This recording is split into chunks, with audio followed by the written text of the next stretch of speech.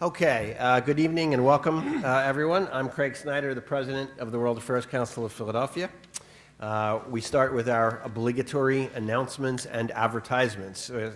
First, please silence your cell phones and any other electronic devices.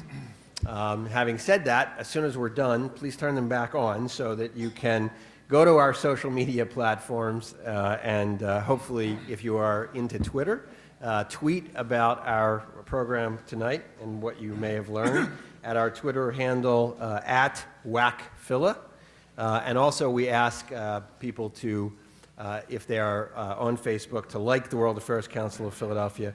We now have over 1,100 followers and actually growing by the day. We have a very full lineup of events this spring that I want to just run through very quickly in the hope that some of them will be appealing to you to come back and join us again. In 2 weeks, Arianna Huffington of the Huffington Post will be joining us, and her presentation will be followed by a panel of business women leaders who are going to discuss their experiences at both local and global levels and the challenges that women face both locally and globally in the business world. 2 days later, giving ourselves a great rest, we are hosting the Google executive Laszlo Bock, who has the wonderful title Senior Vice President of People Operations. And we'll be holding that program at Villanova University's Conference Center. We will then also be welcoming former Treasury Secretary Hank Paulson. The Secretary will be discussing U.S.-China business and economic relations, and that program will be followed in early May. That mid-April program, I should say, will be followed in early May by former White House Press Secretary Dana Perino. So there's lots to look forward to in a relatively short space of time in the spring, and we hope that you'll join us for some or all of these future events. We are here tonight because of our common interest in Cuba. Whether you have traveled with the World Affairs Council to Cuba in the past, whether some of you I know are doing so in the near future, or if you're trying to decide if you'd like to go to Cuba, please be sure to check out the opportunities that we offer through our travel program, our people-to-people diplomacy program for Cuba and indeed for other fascinating locations around the world. World Affairs Council trips are really a different kind of way to travel, combining luxury accommodations and sightseeing opportunities with very substantive enrichment so that you leave the place that you have visited really knowing a lot more about it than you got there. I just got back about a week ago from a program that we did in Tunisia, and it was very shocking that only a few days after we were there, the tragic attacks occurred. That is never happened before for a World Affairs Council program, and certainly not an issue in Cuba. Our events and trips, along with the support of our members, both corporate and individuals, enable the Council to offer its most important programs, those being our education programs, to a diverse group of over 2,100 middle and high school students a year in 80 schools throughout the Philadelphia area, fostering skills and sensibilities that our next generation will need to thrive and compete in a knowledge-based and clearly global economic environment. I'd like to turn now to welcome our speakers, Dr. Frank Argote-Freyre and Dino Ramos. Dr. Argote-Freyre is an assistant professor of Latin American history at Kean University. In his first book, Fulgencio Batista, From Revolutionary to Strongman, was published in 2006. His second book, A Brief History of the Caribbean, in 2008. And he was assistant editor of the Encyclopedia of Cuba in 2003. Frank serves as chair of the New Jersey Commission on New Americans and is president of the Latino Action Network and director of the Latino Coalition. Dino Ramos is senior vice president at the World Trade Center of Greater Philadelphia, where he oversees implementation of such programs as World Trade PA Program, Job Creation through Export Development, and International Design and Engineering Consortium. Dino has over 25 years of experience in international trade management. And previously, as export sales manager for the Hunt Corporation, Dino was responsible for sales and marketing in over 50 countries. So without further delay, please join me in welcoming Frank Argote-Freyre and Dino Ramos. Thank you.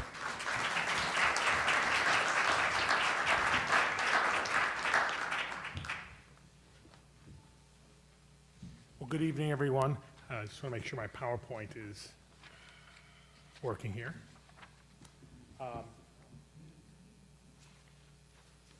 So I've been asked to summarize a little bit about the history of Cuba and the embargo and some of the recent changes that have occurred. Now, I'm a college professor, and so I'm used to talking for 2.5 hours at a clip here, so 15 minutes, and I'll give you a quick review of it. But yeah, we're at the wrong end of that.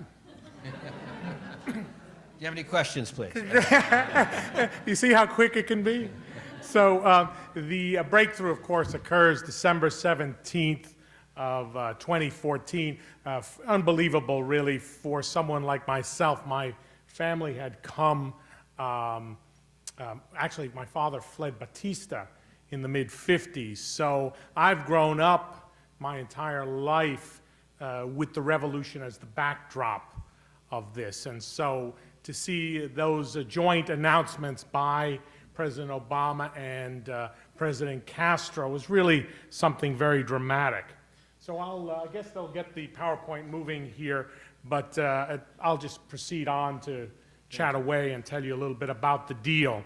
So we, in various trips that we had made to Cuba through the World Affairs Council, the question of Alan Gross came up often. Alan Gross was a person who was working with USAID, and he had been apprehended by Cuban authorities for providing materials and equipment that were not permitted by the government, right? And so that was a key issue that kept coming up in our trip. So anyway, there is the PowerPoint breakthrough, December 17th, 2014. And so the outlines of the deal, as I was mentioning, were really amazing. I couldn't move myself from the TV set.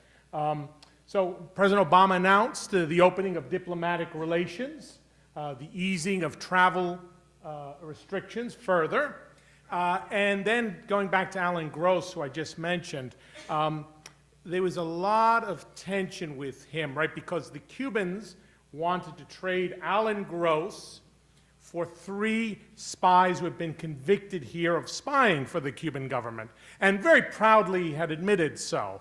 And so the U.S., and they did when we visited there as well on our trip, when we went to the U.S. intersection in Havana, the U.S. maintained that Gross was not in fact a spy and had done nothing wrong. So that was a big sticking point in the negotiations, right? So as Obama announced the deal, what he was very careful to say is that Gross was released on humanitarian grounds, and that there had been a trade for another spy that the U.S. had in Cuba, one of his last names is Trujillo, who had spied on the Cuban government, and so that the 3 remaining members of what are called the Cuban Five were exchanged for this CIA spy who had been in a Cuban jail for about 20 years. So they were careful to split that off in terms of the deal as Obama expressed it. And then the Cubans agreed to free 53 political prisoners, which was done in a series of stages after the December 17th announcement. And then one of the big points, which is still ongoing now, still hasn't been quite fixed, which has put a wrench in some of the negotiations, is this issue of reconsideration of Cuba as a terrorist state. It's on our terrorist watch list, and the Cubans say that that has complicated things for them in terms of banking circles and so forth. So that's still in the process of occurring, taking them off that list. So that was a general outline of the deal. Now, of course, I live in New Jersey, so there's my senator, Robert Menendez. I actually had worked for him years ago as his press secretary when he was in the House of Representatives. So he's one of the strongest opponents of this deal. And Marco Rubio came out in a press conference right after the president. And their arguments have been, hey, you know, this is a bad deal. We're rewarding a dictatorship. And what did we get in exchange? Of course, the Cuban position, I always try to stress this with my students, is we are sovereign nations, so why should we have to agree to preconditions to have a conversation? But anyway, that's a frequent question I'm asked at events, right? We didn't get anything for this deal, why didn't we get a better deal? And so that's outlined in that slide. And then, of course, Venezuela's in great turmoil. So Rubio and Menendez have argued, hey, just as at the point where Cuba could be facing further economic problems, could collapse, we've bailed them out. Of course, I have been reading books about the fall of Castro all of my life. And I remember in the 1990s, there was a famous book that came out, Castro's Final Days. And so here we are, you know, 2 decades later. But anyway, that was the argument, right? We're bailing out a failing regime by beginning these discussions. Okay, so there is really, I felt that there was something going on. I'd mentioned it to my classes at the time. Do you remember that photo? I know it's a little grainy. Do you remember when that occurred and where? Anyone? That's right, Mandela's funeral, right? So it was really striking because at Mandela's funeral, both Raul Castro and President Obama were there. And I remember I was watching that live too. And so after President Obama spoke, he could have gone in a completely different direction and avoided Raul Castro altogether. But he chose to go back the quickest way to his seat. Raul Castro was sitting there on the aisle. He goes and he shakes his hand. I said, ooh. And so anyway, and that really stirred up a lot of controversy among those who oppose relations. And I thought that was indicative of something. And it turns out, as we've found out about the secret negotiations, that they were ongoing and they were a little bit stuck at the point where that handshake took place. So anyway, President Obama said in his talk, hey, the embargo's been a failure. We are almost 55 years into it, and it doesn't work. A little background on the embargo. It's first imposed October 19th, 1960, after U.S. refineries refused to refine Soviet crude oil going into Cuba. So Castro nationalizes the U.S. oil companies, and in retaliation, Eisenhower places an embargo on Cuba, which is further tightened on February 7th of 1962. And President Obama argued this renegotiating, this discussions would give the U.S. more influence on Cuba. And it would remove an excuse from the Cuban government, because anyone who's traveled to Cuba know that is what they often say, that we could be doing better, but the embargo, the Yankees have us blockaded, et cetera, et cetera. So this is, by way of background, a little bit on the Cuban leadership. Raul Castro takes control of Cuba from his brother Fidel in 2006. That move is made permanent in 2008 when it's, you conclude that Fidel Castro is no longer physically capable of running the country. He is now 84. He announced at the last Congress that he would not seek another term. So his term ends in 2018, I believe, right? So he'll be about 87 or so at the time, and he won't be seeking another term. Now, one of the things that we had seen in past Cuban leaderships is that they were all older than Raul, the presidents or the vice presidents, or either his age or older. And so here they put in somebody in his early 50s, a guy named Miguel Diaz-Canel. Now, I wouldn't bet a lot of money that this is the gentleman who's going to succeed Raul. I think you'll start to see a lot of shuffling in about 2017 as to who is actually going to take power. But in theory, if Raul Castro were to die, that would be the person who would replace him.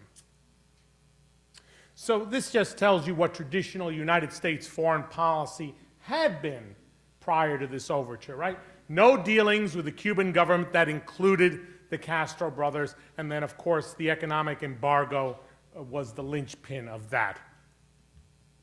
So a lot I could say. I want to keep within a generally tight time frame, and I hope your questions will elicit further your discussion on a wide variety of issues.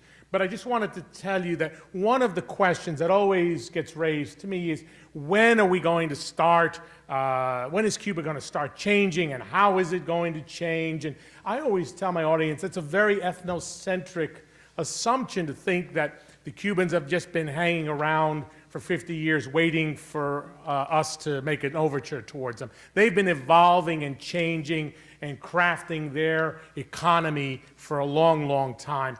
And they've made a series of steps over the last 2 decades to completely shift their economy. So the sugar industry has collapsed pretty much on the world markets, and so they've moved away from that. That used to be the king of the Cuban economy, and it's now 3rd or 4th in terms of the resources it brings in to the economy.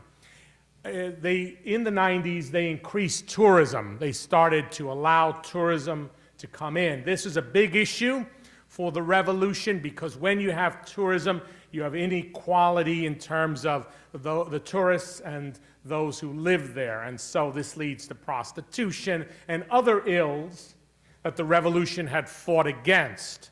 And so, but they do it to survive after the collapse of the Soviet Union in the early 90s.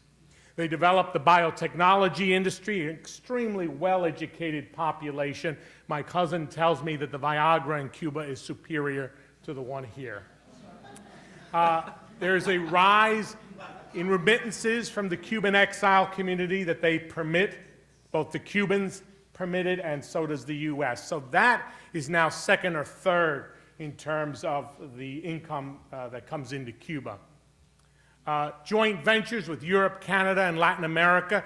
No doubt if you go to Cuba, you're likely to stay in some of these hotels, which are joint ventures with other companies, with other countries and other companies, right? And so how does that work? The company decides they want to invest in Cuba. They put up the money. The Cubans own 51% of the company or the enterprise. The foreign company owns 49%. They're guaranteed unhindered in terms of their business. The Cuban government provides them with the workforce. The corporation doesn't pay the workforce directly. It pays the Cuban government, and then the Cuban government gives them a portion, right? So the enterprise gains money, the Cuban government gets a subsidy, and you have then these workers who are paid a portion of what the corporation pays. Venezuelan oil subsidies, that's a big key there. The Cubans are so well educated, they send their doctors and engineers to places like Venezuela, Brazil, places of Africa, in return for commodities they need. So they had a trading arrangement with Venezuela. They send them doctors and engineers, and they get about 100,000 barrels a day of oil from Venezuela. And then the petroleum industry, there's some feeling in Cuba that just off the north coast of Cuba, a little bit, I guess 75, 100 miles from Havana off the coast, there is a large oil reserve deposit. They want, in terms of joint ventures, they want the U.S. oil companies to come in and perhaps develop those reserves. Okay, so people are always asking, what's the future of Cuba hold? And I would say it's not so different from before the December 17th breakthrough, right? What you've already started to see in Cuba is a move towards what's called state-run capitalism. The Vietnamese have done it, the Chinese have done it, and you see all of the various symptoms in Cuba of the same process, right? They appoint military men to high positions in this economic structure. So that embeds the military in the economic structure and provides great security for the government.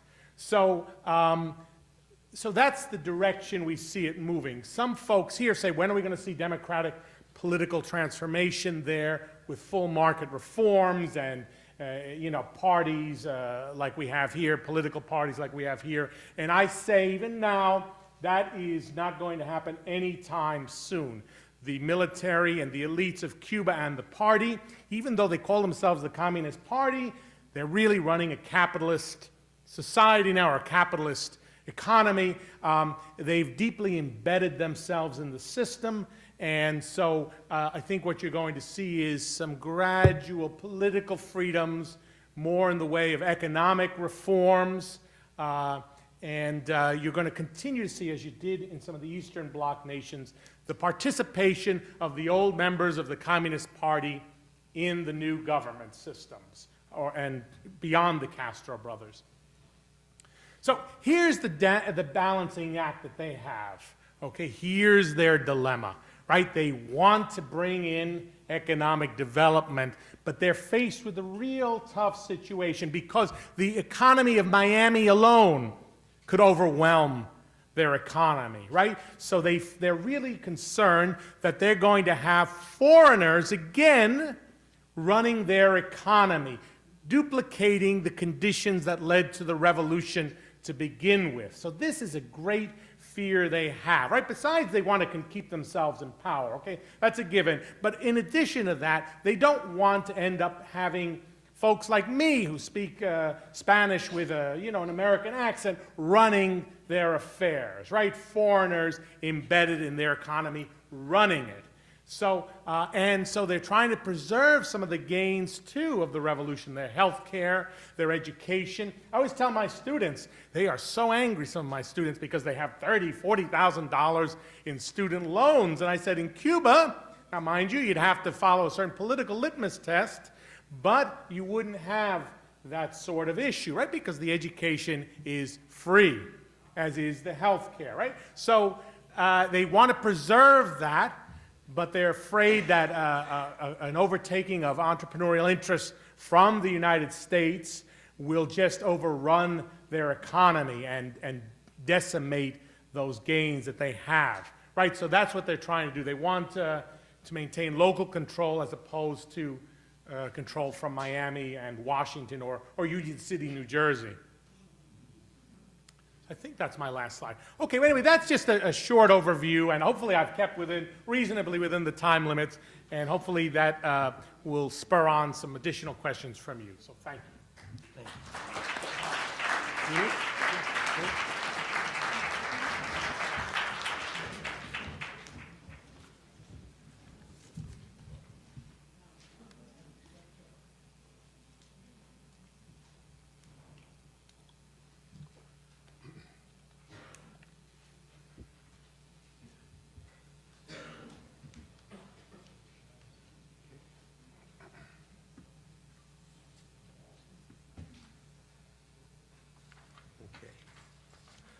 Good evening. I'd like to thank the World Affairs Council for allowing me to speak here this evening. And I'll touch a little bit, I'll go through my slide presentation rather quickly, because I'm sure there's going to be a lot of Q&A. I'll touch on a few of the subjects that he had spoken about, and hopefully it won't be that many points that we both talk about. A little bit about the World Trade Center. We're one of many World Trade Centers throughout the world. There are now 80 in the United States. There's over 300 in the world right now. I think most of you are probably familiar with the World Trade Center that is in New York. That's the parent organization, which is the association. But there are quite, as I mentioned, there's quite a few other World Trade Centers that many of you probably are not aware of, including here in Philadelphia. In summary, as far as our mission goes, we provide counseling, we connect people, and we deliver results to our companies. We are a 501(c) educational nonprofit, so we do a lot of events similar to this, educating our clients as well as the general public. We have a staff of 6 people. We have experience in over 75 countries. Myself, personally, I've been very fortunate. I've been traveling and working in over 50 countries throughout the world. We're a regional organization. We cover Southeast Pennsylvania and South Jersey. I'll run just quickly through what our services and programs are. We provide counseling, we do market research, educational seminars similar to what you're doing here, and we have some special programs which the seminars and events support, including we're the Regional Export Network Coordinator for the state of Pennsylvania, which has the largest export promotion program in the United States for states. We also have a mentorship program where we provide extensive counseling to certain companies that are part of that program. We also do an export finance workshop. Our next one's going to be next week out of Penn State Great Valley. And we also have what we call our China Operations Club for companies that have some sort of an operation in China itself. And we also have the International Design and Engineering Consortium, where we help architectural and design engineering firms land projects overseas. We've been in existence since 2002, and we've generated incremental export sales for our clients of over $1 billion, which equates to about 17,000 jobs. Last year alone, we did $184 million with our companies. We worked with very closely with about 200 companies, and we conducted 16 educational events and seminars. And this doesn't count a lot of seminars and events that we do where we partner with other international organizations in the area. Getting into the program about Cuba, these are just some fast facts and figures. They have a population of over 11 million people. The GDP is 62.7 billion. Life expectancy is quite high. It's 78. The literacy rate is great. It's 99%. It's a very literate country. The top 5 export markets for Cuba are China, Spain, Brazil, the Benelux countries, and Italy. The top 5 countries who import into Cuba are China, Spain, Brazil, the U.S., and Mexico.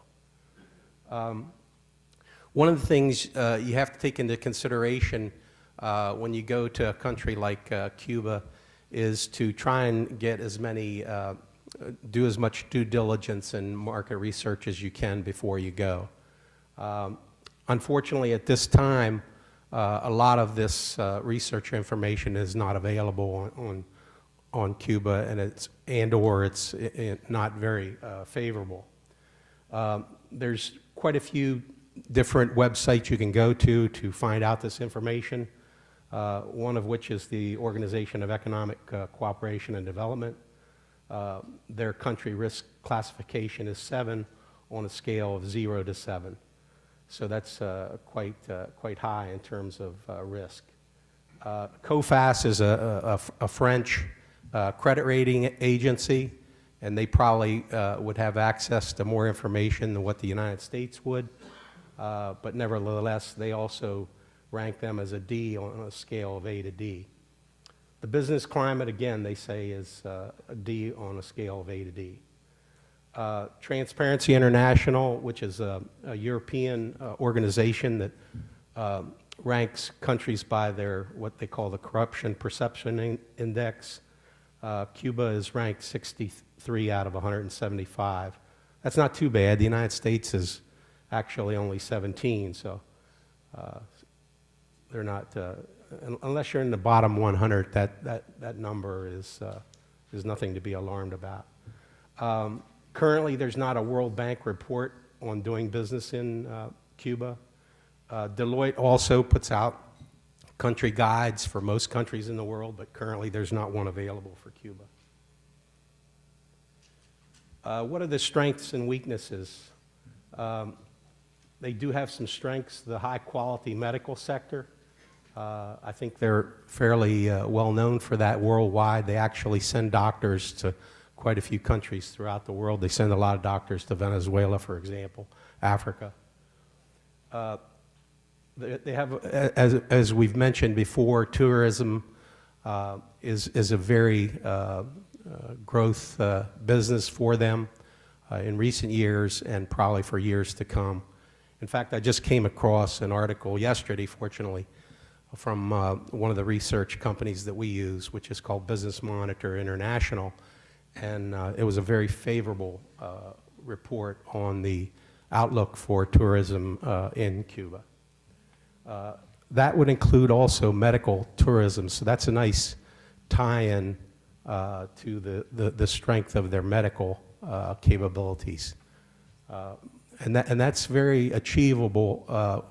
The only caveat with that would be they would have to allow more importing of medical equipment and supplies to provide the quality medical service, which they can provide if they have the adequate equipment and supplies. And that can also be done for tourists, not just from the United States, but throughout the world. And that's actually being done in Mexico, probably more than what most of you may know, as well as even in countries like Thailand. And there are Americans that are going to those countries for what they call medical tourism. In mining, they have nickel and cobalt. Agriculture, they're very strong in sugar and tobacco.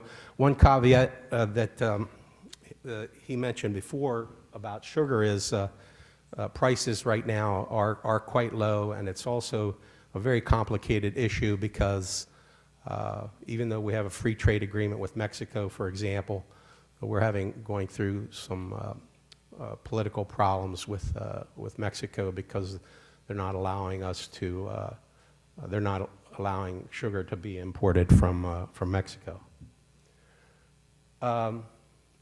Tobacco, I think most people are familiar with the world-famous Cuban cigars. I think cigar aficionados will be delighted that they can start getting their Cuban cigars pretty soon.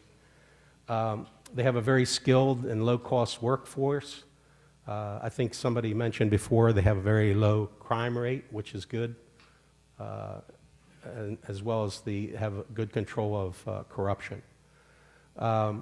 They do have currently a preferential agreement with Venezuela on oil imports, but we don't know how long that's going to continue. As most of you know, Venezuela's in terrible economic straits right now, especially with the collapse in oil prices. They're really doing badly right now. I added this one on the remittances, which was also mentioned before.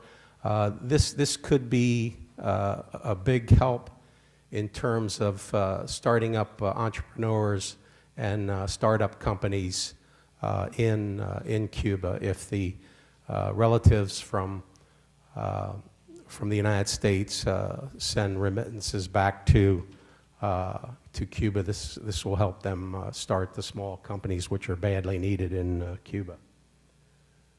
Some of the weaknesses are the raw material prices, in particular, as we mentioned before, sugar. The Venezuelan aid, it'd be difficult for them to continue providing that aid, so they won't be able to rely on Venezuela. They have still have a rationed economy, price controls, and there is a black market, particularly in foreign currency. There's low productivity of public and agricultural sectors, and the internal and external political uncertainties are still there, particularly with U.S. sanctions and Congress approving the lifting of the sanctions. These are just some of the changes that have been made to the U.S. regulations. One of the things you have to be very careful on is to make sure that you can do what you think you might be able to do, unless it's specifically allowed under the regulations. You should assume that you cannot do what you may want to do. So you have to look at the regulations very carefully. And currently, you have to look at the Treasury Office of Foreign Assets, which is called OFAC. And there's also the traveling to Cuba for authorized persons, educational activities, including people to people, and we're glad to see that the World Affairs Council is providing those programs for, I guess you're going to be doing 2 this year in October and December, which is good. You can go for journalistic and religious activities, professional meetings, and humanitarian projects. Cuban travel services, travel agents, and airlines can provide authorized travel and carrier services to and from Cuba. The remittances we talked about before have been increased, and the amount of money that you can take into Cuba has also been increased. The use of credit and debit cards is very important, including not just those for financial instruments, but also other forms of financial instruments have to be approved, and that'll have to loosen up for trade. The credit and debit cards will probably be used, of course, for tourism as well. There's also allowing authorized services for internet-based communications. This is a really big issue in terms of trying to get freedom of use of the internet. But this is also a challenge in a lot of other countries. So Cuba's not alone in this right now. The other government agencies that's involved with the sanctions is what they call the Department of Commerce, Bureau of Industry and Security, Export Administration Regulations, and they are the agency that's responsible for allowing the licenses to do business in Cuba. It authorizes the export of commercially sold or donated building materials, equipment, and tools for the private sector. Also tools and equipment for the private agricultural sector and for private sector entrepreneurs. It also allows for the export of consumer communication devices, and this ties into the internet and that sort of thing. It expands gift parcels and humanitarian donations, which I think we've mentioned before. It allows exports of items necessary for the environmental protection of U.S. and international air quality, waters, coastlines, including renewable energy and energy efficiency. I don't think many people were aware of that one. These are some of the resources that you have to use in order to do business in Cuba. The Department of the Treasury site I mentioned before, as well as the Commerce. You can also access the U.S. Department of State country profile on Cuba. I know some of you may cringe about anything coming out of the CIA, but the CIA does provide a lot of very good research information about most countries in the world. So for Cuba, you should take a look at that if you plan on doing any business in Cuba. Another eventual resource that you'll have will be the U.S. Embassy in Havana when it's opened.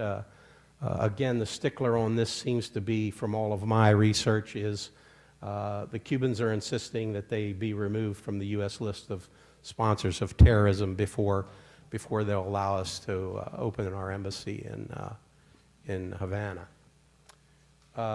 There is speaking of World Trade Centers, which I had mentioned before, there is a World Trade Center in Havana. They're part of the Chamber of Commerce. However, currently the sanctions also affect us. We're not allowed to deal with them until the sanctions are lifted. So again, based on what I've come up with, these are some of the future potential for U.S. exports. Medical and equipment and supplies, as I mentioned before, is very high on the list. Agricultural products. There have been delegations that have gone to Cuba to export food, and apparently there's still some limitations on that, particularly with regards to offering credit. Under the current terms, apparently all the money has to be paid cash in advance, or I'm not sure if they're even allowed to use letters of credit. So that again affects the financial services industry as well. Is that, you have to allow credit in order for business to grow and for the economy to grow and do business in Cuba. Oil exploration and service. As many of you know, the United States has some of the best oil service exploration companies in the world. If there's oil to be found in not just in the Cuba area, but even in Mexico now, they're opening up in Mexico, for example. Our oil companies can find it if it's there. The products and services for tourism sector in Cuba, certain things they'll have to import to support the tourism industry. Certainly in terms of investment, some of our hotel chains probably will have tremendous potential as years go by to not only increase the number of hotels in Cuba, but to offer a range of hotels anywhere from 3-star to, of course, 5-star hotels. Communications, telecommunications and IT sector, again, opening up the country to the internet and advancing. There's a tremendous growth market in that area, and the United States, of course, is one of the leaders in all of that, in particular with software. So there's tremendous potential in that sector. This is my contact information, and we'll take questions. Thank you.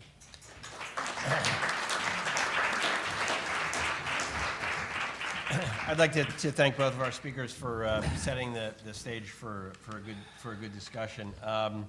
Let me start off with a couple of questions, and then we'll open to questions from the floor.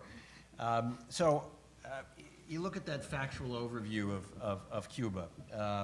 11 million people, $62 billion GDP.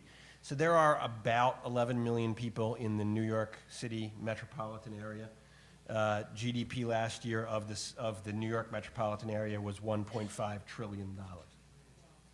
So you're talking about, what, 25 times or something? So this is a poor country by almost any definition, despite the fact that it's highly educated, reasonably healthy, has good natural resources, has not had to fight foreign wars. Question is that I'd like you to both comment on, if you can, is relatively speaking, I'm talking about sort of proportions here, are they as poor as they are because of us and the embargo and the attempt to overthrow the regime in various ways for 50 years, or because of failed policies of their own? Frank. So, the interesting thing about the Cuban experiment, and so I have traveled throughout Latin America, and so I think poverty, in a way, it's a relative question, because one thing I've found that always amazed me about Cuba is that you will not see hunger there. I mean, so everybody is fed. Now, it's a minimal, diet, but, if you've gone to some place in Central America, you'll see just horrendous conditions. So, I think that they strongly argue, and I think certainly the isolation from the United States has hurt them tremendously. But even with all that, I think they feel it's been worth it to preserve their sovereignty. Because for them, prior to the revolution, it was an economy and a country that was economically controlled by outsiders. So and that no reforms were permissible. Agrarian reform and so forth were not permissible with the United States, and so that's why they shifted to the left in the late 59, early 60.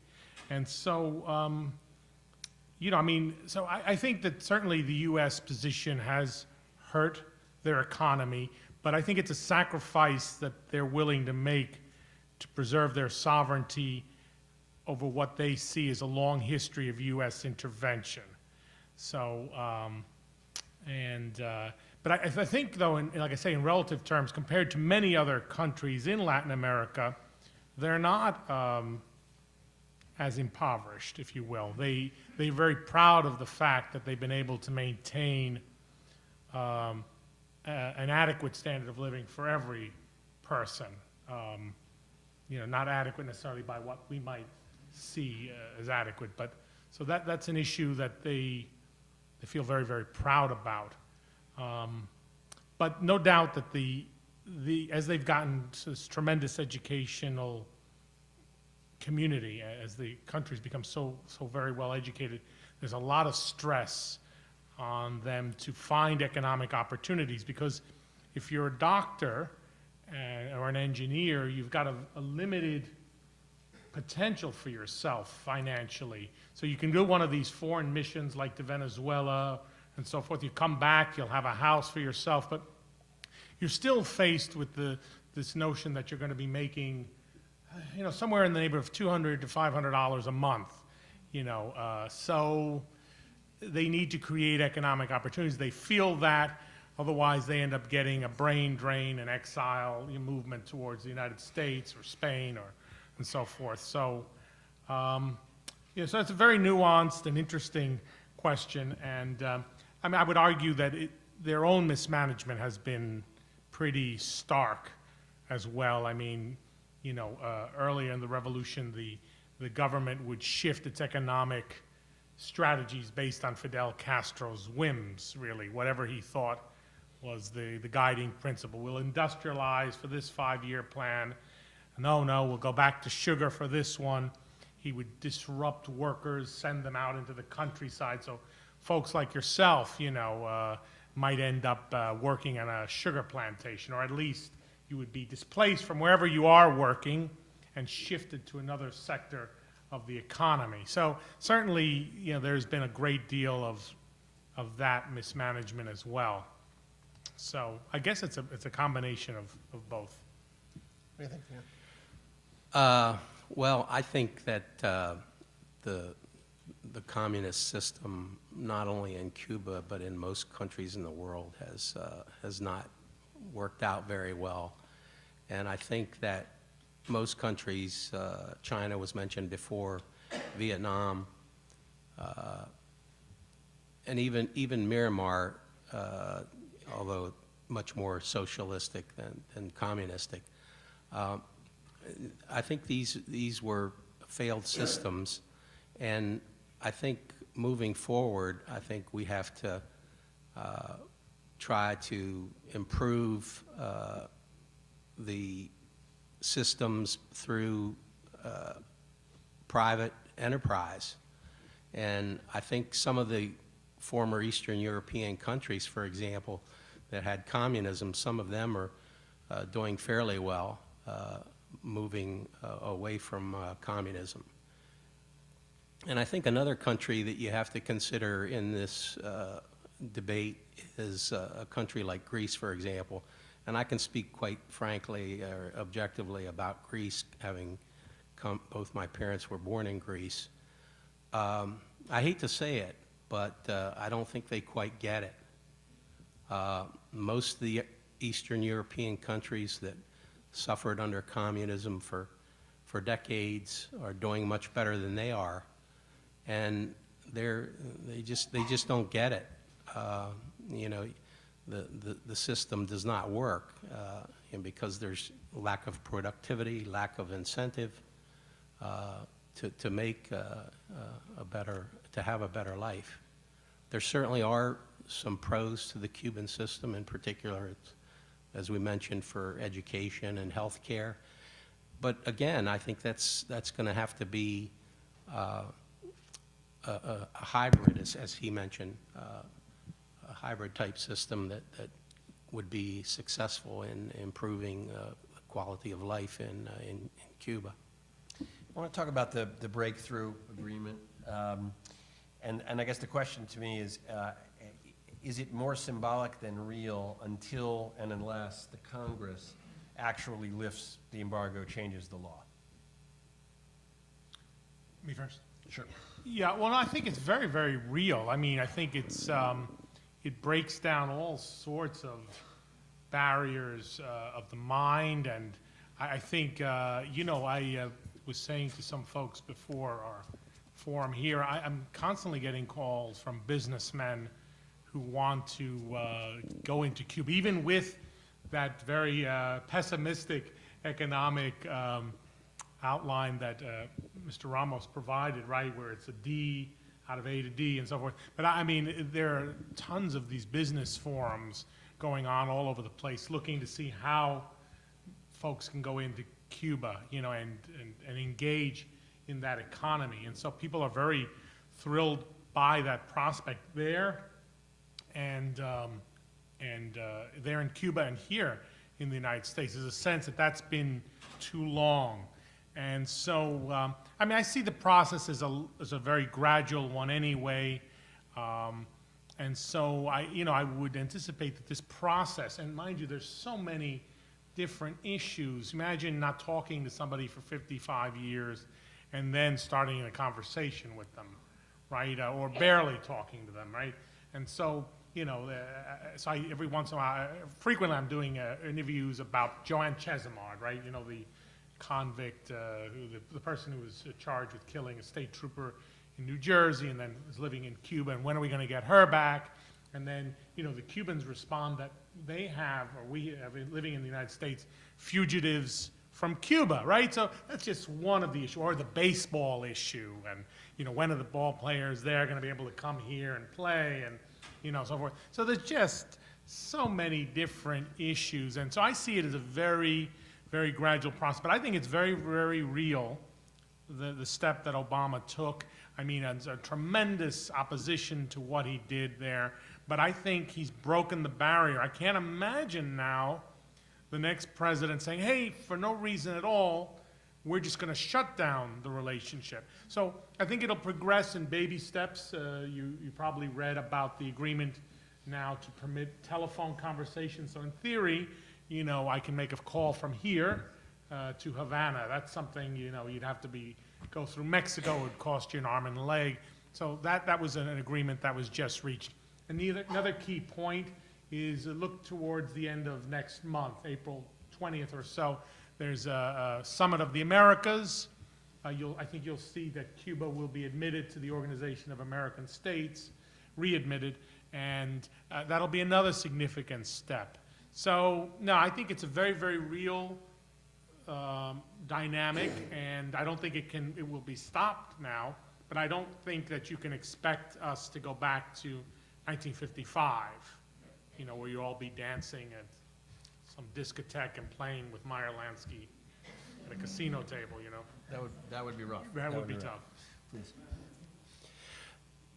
Yeah, well, the current situation in Washington is, how should I say, less than desirable for a lot of issues, including this issue. According to everything I've read in terms of polls and the research I've come across, most Americans want the sanctions to be lifted. It's been a long time since we've had trade and good relations with Cuba. So I think a lot of Americans are for it. In particular, again, I just came across another article, particularly for the agricultural sector in the United States, which is a very powerful lobby in Washington. They want to export a lot of food to Cuba. So, and that cuts across all political parties in the farm lobby. So I'm I'm cautiously optimistic that Congress will lift the sanctions. How soon that's going to be, that's a good question. It might drag out for the rest of Obama's presidency, but I certainly hope not. Because in my experience, I've been in international business all my life. When you talk to a country, or do business with a country, it reduces barriers, reduces tensions, and ultimately leads to peace. There's a lot of truth to that. You may not like the person that you're selling to overseas. Nobody says you have to love them, but it does. You have to get along with them, because otherwise you can't do the transaction. And a lot of people lose sight of that. I'd like to welcome questions from the audience. We have a microphone in the middle. I know it's a little awkward, but if people could come to the mic so that everybody can hear the questions, that would be great.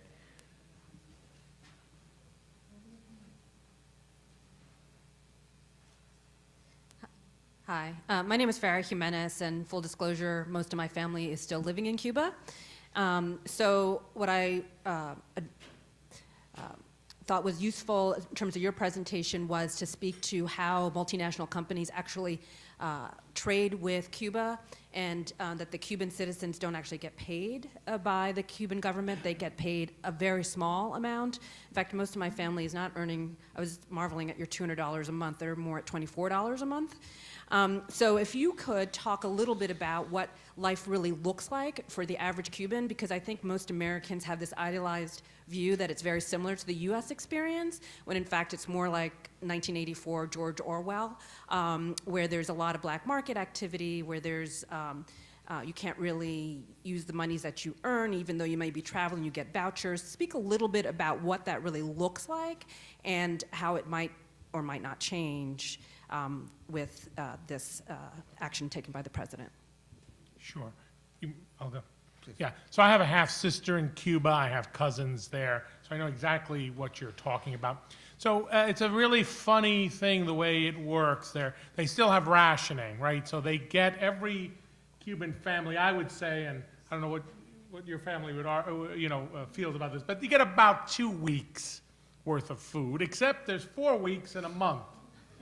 So that's an issue, right? Now, if you have a job, sometimes you show up and sometimes you don't, going to Dino's point about productivity, because you're going to get paid this small amount, pretty much whatever, whenever you show up, or if you show up, or if you don't show up, right? And so that salary will get you about another week's worth of food. And then, again, something that Dino mentioned, the theft and corruption in the black market is enormous, right? So whenever I go to Cuba, I have cousins have good connections. I like lobster, seafood. They can get me connections with Mr. Crab or Mr. Lobster in the neighborhood, and he brings, the lobster. He trades him stuff that he's stolen from other parts of the economy or where he's working, and that's sort of a bartering system that you see, and it's widespread, and it's ignored pretty much by the authorities. So I think that's how daily life, that's how you sort of get by. And if you're hanging around with the Cubans, for us on our American diet, McDonald's and fatty fats like me, so you'll notice that they don't really go to lunch, they don't really have lunch, so whatever you get for the morning, that's what you got, and then if you're living with your relatives, staying with them, and then, it's whatever they can muster for dinner. So you can go quite a long time without eating there. Their mind isn't particularly focused completely on that. So that's an interesting transition. There's so much I could say about life there. People are always stealing the internet signals. I don't know how they do that, but wherever I go in Cuba, I'm able to watch Miami television. So they make arrangements and they move this satellite dish from house to house. It's on a rotating basis. And often they pay off the inspector. He's got it at his house, So anyway, that's sort of, and very, very creative folks, the Cubans are. I mean, so again, another thing that the Cubans are known for, though, their cars, right? The 55 Chevys and 57 Chevys. They hand make some of the replacement parts. Nobody makes parts, you know, for a 57 Chevy, a door handle for a 57 Chevy, or, you know, the fins or whatever, you know what I mean? It's unbelievable. I don't know how they handcraft these things, but they make them, and they keep those cars going. So it's an incredibly dynamic population, and I always am energized, but it's also isolated. I could go on it. Anyway, it's very isolated, right? I mean, if you don't steal the TV signal from Miami, you got 3 boring stations, and they all say the same thing. You know, so that's a sense of isolation too. That's really, you know. Will it change now? How will it change for them? With this? You know, that remains to be seen. I mean, I think the Raul Castro government will seek to control it, to move it in that direction of opening it up, but they don't want to lose, 1, power, and 2, I think there is a core that is dedicated to the mission of the revolution, which is egalitarianism, which is not having these tremendous disparities in wealth in the society, and so those things are competing. And I think they've got a terribly difficult act because it's a small country. China can do it. It's an enormous place and an enormous economic power in its own right. The question is, can the Cubans control this mass influx if that happens, right? Or how do they control this mass influx of folks wanting to go in there with their economic ideas and so forth? And that remains to be seen, I think, how that'll end up affecting the Cuban populace. Did you want to? Well, just briefly, part of the issue here too is currently there's two types of pesos. You have what they call the convertible peso, which the tourists use and supposedly the wealthy Cubans, and then you have the national peso.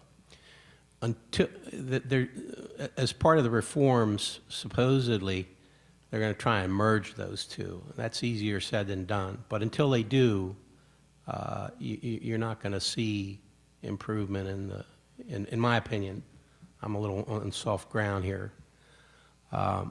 It's my opinion that the conditions of the average person in Cuba will not improve because they're getting paid at this so-called national peso rate.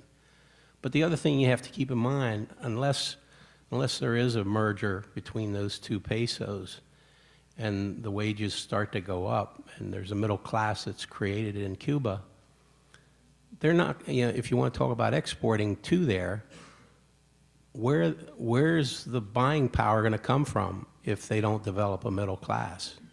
There's not going to be any buying power. And we look at that in all the countries in the world. You know, most people say, you know, well, why don't you go there? Why don't you go there? Because they have no buying power. They have no money. You have to have money, you know, to buy things. And so, you know, the improvement in the business to Cuba will take some time because of the total system. Please. I am Afaf Milis, and I'm a professor of nursing and sociology at the University of Pennsylvania. One of the measures of progress in countries is the status of women in a country and the status of gender equity. And one of the major issues anywhere in the world, including our country, is gender inequity in compensation, in education, in administration, in business. So I'm really interested in your views on what has been happening to women's issues and equity, and I'm particularly interested also in health disparities related to their health, and what's going to happen in the future. And is that something on the agenda, Cuban agenda, to do something about in the future? Well, so when the revolution comes into power, as you probably know, you know, there's all this sense of creating the new socialist man and woman in Cuba. And so one of the things that the revolution early on tries to do is to deal with gender inequity. So it passes a very interesting family law in the mid-70s, which actually requires equal housework by men and women. Fantastic. Right. Yay. Yeah.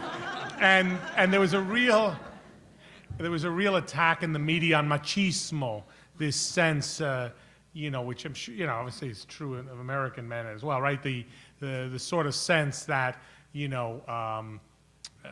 women do the work, all the work at home, because early on in the revolution, they want to get women into the workforce to make the Cuban economy fire on all engines, right? And so they can't enter the workforce if they have to do all of the work at home as well, right? So the revolution tries to tackle this issue of gender inequality by saying, hey, men, you have to do the same amount of housework as well. You can't allow your wife to do it all. That's just not right. And so they try to go at it like they go at the race issue too. They try to say, hey, there can be no white Cubans here, no black Cubans, we're all Cubans. All right, now, but if you were actually look at the results here, I don't think you'd find it quite as pleasing, because now they don't have the same type of, I have not seen anyway, the same type of studies where they show in Cuba what the wage disparities are. So I haven't seen any, so I have no data on that to relate. But if you look at the Cuban power structure, one of the big things that Raul Castro does in the 2013 Congress is they actually finally name a woman to a higher ranking position. So I believe the second or third vice president is a woman, right? But for the most part, women are pretty absent from the leadership structure in Cuba, all right? So by that barometer, and so are Afro-Cubans too, right? So it's interesting, they try to get rid of racism, but again, it's heavily dominated by European-descended Cubans who are light-skinned, male. So that's one, I think, barometer. On the issue, though, of women's health, anecdotally, and there have been some good stuff on this. I mean, so women, the issues that are struggling here in terms of women's health care, right, access to abortion, access to birth control, that's an issue that they've dealt with pretty satisfactorily, as far as I can see, from the women's standpoint, in the sense that it's, abortion is available, and there are no restrictions to that, and birth control is widely available. So I guess from that barometer, anecdotally, and sort of the medical reports I've read on it seem to suggest a good thing there. So. I did not come across anything about gender inequality in my research that I've been doing so far on Cuba. But I would say, in my opinion, and again, I think I'm on a little weak ground here. In my opinion, with the very high literacy rate that they have, and with their emphasis on education, as the economy, as they do other reforms, and the economy starts to improve, as Americans and other foreigners continue to go there as tourists or whatever, even on business, there are more and more female business persons in this country that are doing international business, traveling.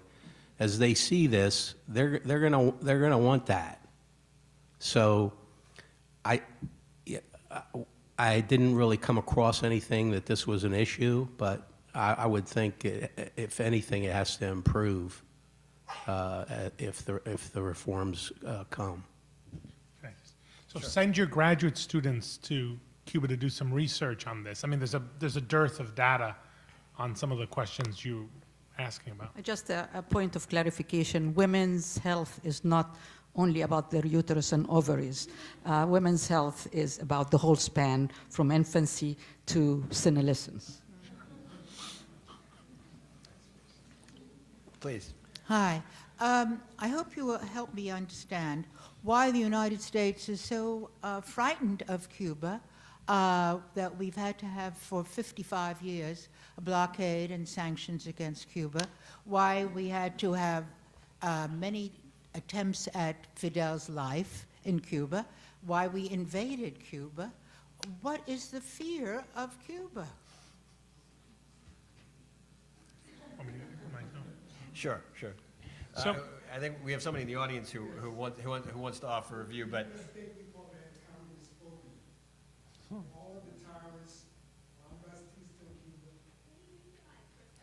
come over to the mic. Come here, please.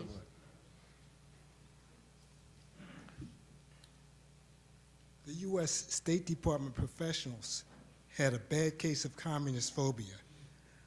All of the dictators, the Shah of Iran, Madame New in Vietnam, and Colonel New, I think it was, Juan Batista in Cuba,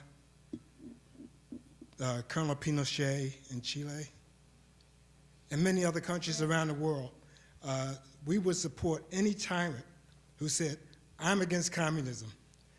And that's how it got to be that we would be supporting those folks. And then when they had the big class separation that you were alluding to, where there were some really, really rich people over here and a lot of rich people over here, and somebody came and said, if you become communist, you'll all be the same, then the masses wanted to hear it, and the elite were out. So how would you respond? Well, I mean, I think the shift by the Cubans towards, well, it's like, which came first, the chicken or the egg? So Castro realizes in middle of '59 that he can't have any sort of agrarian reform to restructure the society. I always tell my students, they'd be socialists and communists too, if China or some other country owned 50% of the United States, right? You'd want a redistribution of assets within the United States. So when you have a foreign country owning that, the revolution felt there was a need to redistribute some of the wealth in the country, right? So when they tried to do that in June of 1959 with the agrarian reform, Eisenhower slams down on the Cubans, and Castro begins to suspect, rightly so, that an invasion is forthcoming. And he's right about that. The Bay of Pigs, that failed invasion. We know it's planned under Eisenhower and so forth. So that shifts the Cubans over to the Soviets. They move quickly to seek Soviet protection, and you have the Cuban Missile Crisis and so forth. So there, you have that Cold War relationship. It doesn't change after the Cold War comes to an end, because by that time, you have a wealthy Cuban-American community here that has fought against the Castro government. They're really angry about what they've lost and all of that. And so you have that dynamic. They're politically powerful. They obviously have Menendez, you have Marco Rubio, you have other congressmen from Florida and New Jersey, so forth. So they exert an enormous amount of pressure. That's what's kept the embargo in place after the fall of the Soviet Union. And obviously we've begun relations with China, Vietnam, every place else. But it's a political, it transformed from a Cold War security issue into an internal political one, in the 90s. And that's why we've maintained it, I believe. That's my argument. Sorry, we have 3 more people in line. We have about 5 minutes, so this is the official lightning round. If we can have short questions and short answers, let's see if we can get to the 3 people. Here we go. Okay, I'll be quick. I know compared to all the other questions we've had, this may sound a bit silly, but I got to ask, what's the deal with Major League Baseball? Are they ever going to be playing in Cuba? And I know there have been some Cuban players coming to the U.S. Will there be more of an influx coming in? And, the Phillies could use all the help they could get. So I'll sit over here. You guys can respond. I did have an article here. I'm sorry, I have it buried. But I think there is that's a good question, actually. If some of you may recall, with China, when we first started opening up to China, there was what they called ping pong diplomacy. So his point is very well taken. You know, sports also, of course, I'm a sports nut, so I guess I'm prejudiced. But I think, again, it's like doing business with somebody. If you're doing business with somebody, you have to get along with them. And sports also, even though you're competing against the other team, you know, most people do it in a good sportsmanlike way, and it improves relations, and you're going to have peace. But there is a baseball team, I think, that's going to go down to Cuba pretty soon, and I think that's firm. And certainly, that could be a lot of potential, not just in terms of playing back and forth with the Cubans, but maybe even they would eventually have a major league team. You could envision, too, in a scenario where the Cuban government arranges to allow negotiations between Major League Baseball and some of the players, and they get a cut of the, you know, the contract, something like that. Question is whether Cuban Phillies will be required to do half the housework in their homes. Please. Is capitalism the answer for Cuba after all these years? And especially since we're trying to protect the sovereignty of Cuba, and if not, what do you think is the answer? The question was, is capitalism the answer for Cuba, and how can capitalism be introduced to Cuba and protect Cuban sovereignty at the same time? I think that is actually the core question of the evening. Please. Yeah, so I'm probably very proud that you're here and asking that question. I see a large contingent, I guess, from high school, right? From a high school? Yeah, so welcome, really happy about that. So I tell my students all the time that there is no purely capitalist, laissez-faire society, nor a purely communist or socialist society, right? All of the countries are on a spectrum.